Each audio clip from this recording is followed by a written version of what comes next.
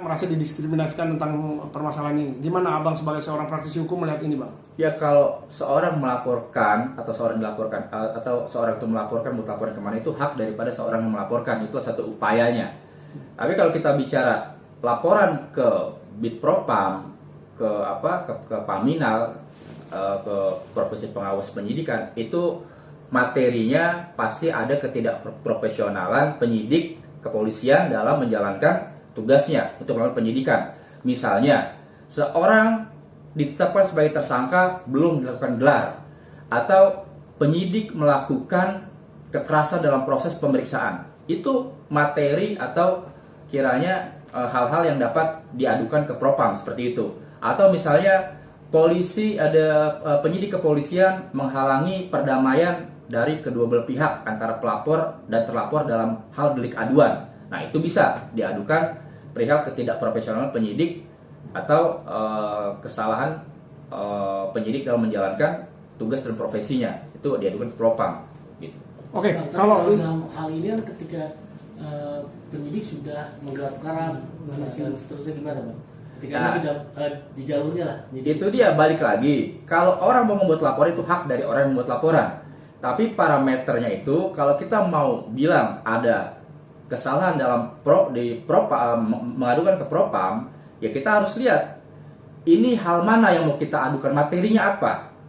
Apakah dari prosedur penyidikannya, apakah ada satu perilaku penyidik yang tidak sesuai, ya kayak tadi kekerasan, ada misalnya hal-hal yang tidak diperkenankan. Nah, itu bisa dilaporkan. Tapi kalau misalnya ada sudah sesuai, sudah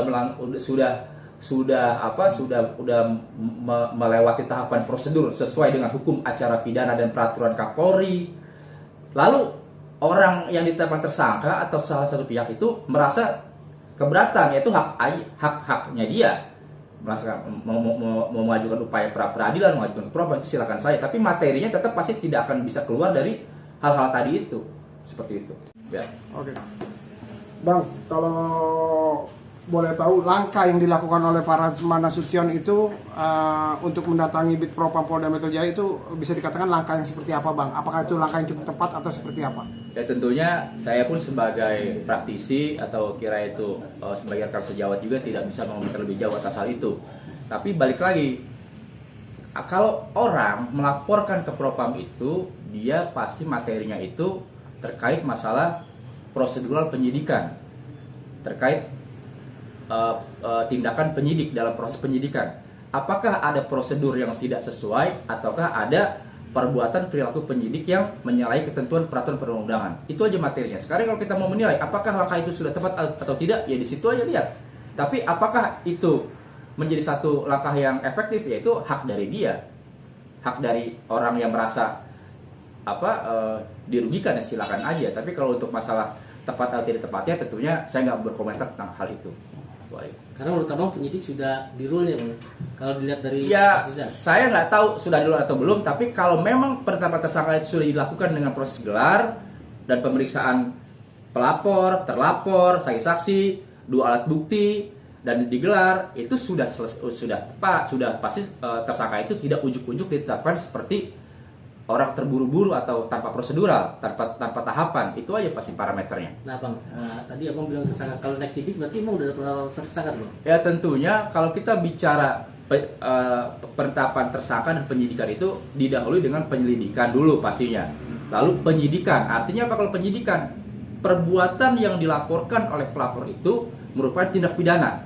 Belum ada tersangkanya. Siapa pelakunya? Ya, nanti ada gelar lagi.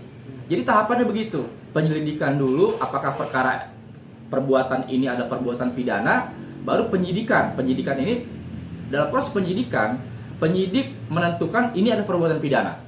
Belum ada tersangkanya. Nah, lalu ditetapkan tersangka. Berarti perbuatan pidana yang tadi ditetapkan dalam proses penyidikan itu sudah ada pelakunya, dugaan pelakunya siapa. Seperti itu. Artinya pelapor itu ketika nanti diminta klarifikasi lagi, bisa ditetapkan langsung jadi tersangka atau gimana, Bang? Ketika kan ini pasalnya sudah undang-undang anak 15 tahun. Ya, tentunya kalau kita bicara penetapan tadi kan ada penyelidikan, lalu proses penetapan tersangka di situ. Nah, kalau kita bicara dalam ketentuan Undang-Undang Perlindungan Anak, ya di situ kita lihat dalam proses penyidikan itu penyidik punya hak kewenangan apakah tersangka ini bisa ditahan atau tidak. Dan tentunya KUHP sudah mengatur perbuatan-perbuatan dan pasal-pasal mana yang bisa ditahan, dilakukan penahanan. Ya tentu secara umum, walaupun ada pemisahan, tapi secara umum kalau dia ancaman hukumnya itu di atas 5 tahun, itu dapat dilakukan penahanan di situ. Dan untuk tindak pidana anak itu tidak ada istilah restoratif justice atau ganti kerugian pemulihan hak kepada korban. Gitu. Artinya terlapor Fadil bisa ditahan ya, Bang? Ya ketentuannya begitu bilangnya gitu. Kalau misalnya dia diancam dengan pidana di atas 5 tahun, ya penyidik punya hak, punya kewenangan untuk melakukan penahanan, itu aja. Bukan kata saya, tapi kata KUHP begitu bilangnya, pasal dalam KUHP, kayak Undang-Undang Hukum Acara Pidana. Gitu. Bang, tapi banyak netizen mengatakan prosesnya terlalu lama, Bang, pihak kepolisian, Bang. Ya tentunya kan lama atau cepat itu hal yang relatif, tapi ya balik lagi, selama dia penyidik itu lama tapi sesuai prosedur, yaitu lebih baik daripada cepat dia menyalahi prosedur, itu aja. Lebih baik lama tapi prosedur terlewati dengan baik daripada cepat terburu-buru ada prosedur yang salah, dan itu pun juga tidak profesional penyidik kalau kayak begitu. Siap.